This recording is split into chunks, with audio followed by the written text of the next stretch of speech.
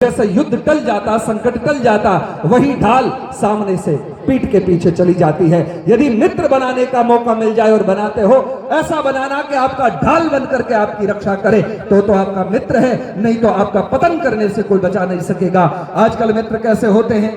Bike पर घुमाया जाता है, होटल में ले जाया जाता है, और रही बात वहां से जहां विद्यालय माना जाता है, जहां शिक्षा का क्षेत्र माना जाता है, जहां एक व्यक्ति का निर्माण होता है, एक राष्ट्र का निर्माण होता है, वहां से कभी कभी ऐसे भी बच्चे होते जो स्माइक जैसे नशे सीख जाते हैं, जिससे परिवार बर्बाद होता है, जीवन बर्बाद होता है और आने वाला भविष्य बर्बाद होता है, और उसको देख करके कई कई और बालकों के जीवन खराब होते हैं। ऐसा मित्र कतई मत बनाना। अब आप कहोगे बनाने के लिए भी हमें पता कैसे चले मित्र किसको बनाए? तो रामायण से आप शब्द लीजिए उदार। रामायण कहती है, धीरज धर्म मित्र अरु नारी, आफत काल परख ये चारी। बोले चार जनों को आप मित्र बना सकते। बोले कौन? सबसे पहले धैर्य। आपका मित्र आपका धैर्य होना चाहिए। आदमी यदि बात बात पर उत्तेजित होता हो, क्रोधित होता हो, तो वो बनी हुई बात को बिगाड़ सकता है। आपने देखा है कभी कभी आदमी बात बनी हुई होती है और थोड़ा क्रोध में आकर के कुछ बोलता है तो पूरी बात बिगड़ जाती है। कभी कभी बिगड़ी हुई बात में कोई शांत प्रशांत व्यक्ति आता है, सहजता से जब बोलता है तो बिगड़ी बात को संवार करके और वापस ढंग से रख देता है। तो सबसे पहला हमारा मित्र कौन? बोले हमारी धैर्यता ही हमारा मित्र है। सबसे पहले धैर्य बने। सच मानिएगा, रामायण को पढ़ते हैं तो कहा जाता है सीता से बड़ा कोई धैर्यवान नहीं था। सीता सबसे बड़ी धैर्यवान थी, और प्रमाण जब देते थे कहते धरती की तरह सीता धैर्यवान थी। और सच मानिएगा इसीलिए वो धरती की बेटी थी, नहीं तो हम भी हो सकते थे। धरती की बेटी थी इसीलिए धरती की तरह वो धैर्यवान थी। तो ऐसा हमारा मित्र सबसे पहले हमारा धैर्य होना चाहिए, और उसके बाद धीरज धर्म, फिर हमारा मित्र हमारा धर्म होना चाहिए। आप कहोगे धर्म का मतलब क्या? एक तो स्वभाव ही धर्म। जैन धर्म का सबसे बड़ा शब्द है, बोले स्वभाव ही धर्म। बोले आप धर्म केवल मंदिर जाना, अगरबत्ती करना, नहाना दाना तिलक कर देना, ये नहीं। आपके स्वभाव को धर्म बना दो। आप जो भी कार्य करते हैं आपके आचरण से, आपके उच्चारण से कभी अपराध न बने, बस यही धर्म है। आप किसी को संबोधित करते हैं, मान्यवर कैसे हैं, श्रीमान जी कैसे हैं, भाई साहब कैसे हैं, ये बात जब आती है तो समझना चाहिए आप धर्माचरण कर रहे हैं, आपकी भाषा बहुत बढ़िया है।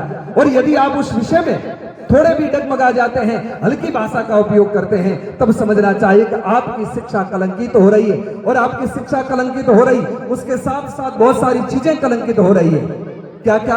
आपकी शिक्षा कलंकित हो रही, आपका जीवन कलंकित हो रहा, आपका गुरु कलंकित हो रहा, आपके माता पिता कलंकित हो रहे हैं, आपका राष्ट्र कलंकित हो रहा। आप कहोगे कि कैसे?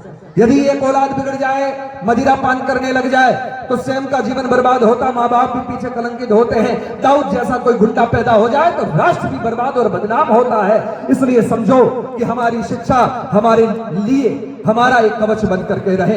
इसलिए हम धर्म की बात करें, अपने स्वभाव को धर्म बनाओ। आपका आचरण, आपका उच्चारण, आपका रहन सहन सब कुछ आदर्श स्थापित करता हो, यह धर्म की बात। अथवा तो धर्म किसे कहा जाए, धर्म के संदर्भ में हमें यदि चर्चा करनी हो तो हम क्या करेंगे? तो हम विचार करना चाहेंगे। मुगल काल की ये बातें हैं। गुरु गोविंद सिंह जी के सामने एक प्रश्न रखा था।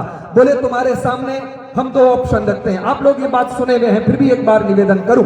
बोले तुम्हारे पास दो ऑप्शन है। बोले क्या? एक तरफ आपका बेटे हैं और एक तरफ तुम्हें धर्म का परिवर्तन करना है, आपके सनातन को छोड़ना है। अब बताओ क्या करोगे? दोनों में से चुनाव किसका करोगे? यदि आप धर्म परिवर्तन कर लेते हैं तो आपके बेटे जीवित रहेंगे, और नहीं तो तुम्हारे बेटों को दीवार में चुन दिया जाएगा तुम्हारे आंखों के सामने, और तड़प तड़प करके वो बालक मरेंगे। बताओ क्या चुनाव करोगे, किसका स्वीकार करोगे?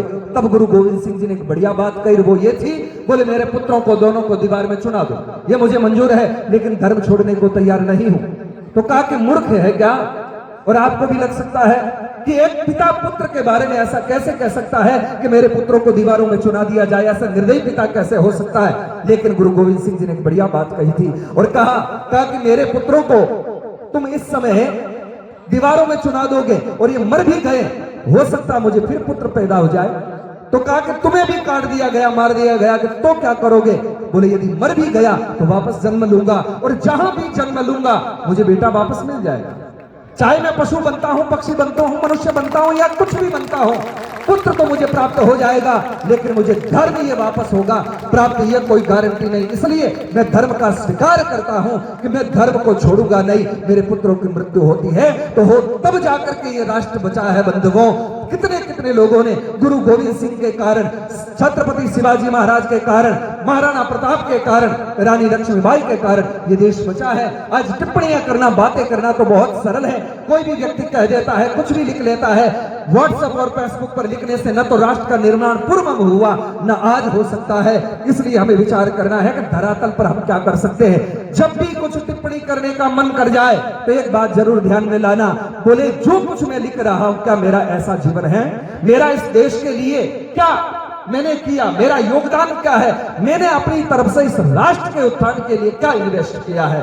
यह करने के बाद आप जो भी टिप्पणी करेंगे वो आपकी उचित होगी, श्रेष्ठ होगी, यह अवश्य ध्यान रखना। तो बंधुओं, हम निवेदन कर रहे थे, सबसे पहले आपका मित्र धीरज होना चाहिए। धैर्य ही आपका मित्र हो, धीरज धर्म, उसके बाद आपका धर्म ही मित्र होना चाहिए। इसलिए शास्त्र कहता है कि धर्मो रक्षति रक्षता, आप धर्म की रक्षा करेंगे तो धर्म आपकी रक्षा करेगा। यदि मित्र बनाना है तो धर्म को बनाना, और धर्म वाला व्यक्ति कभी अधर्म नहीं कर सकता। विचार करना, जो आदमी धर्म को जानता है वो कभी अधर्म नहीं कर सकता। यानी कि धर्मात्मा कौन? धर्मात्मा वो है, कीड़ी को भी सताना नहीं चाहता कि कीड़ी को भी तकलीफ देने का अधिकार मेरा नहीं, ईश्वर ने उसको धरती पर भेजा। अरे किसी भी पशु पक्षी प्राणी मात्र को दुखी करने का अधिकार मेरा नहीं, ईश्वर का है। वो किसको क्या दंड देता है वो उसका काम है, वो विधान उसके हाथ में है।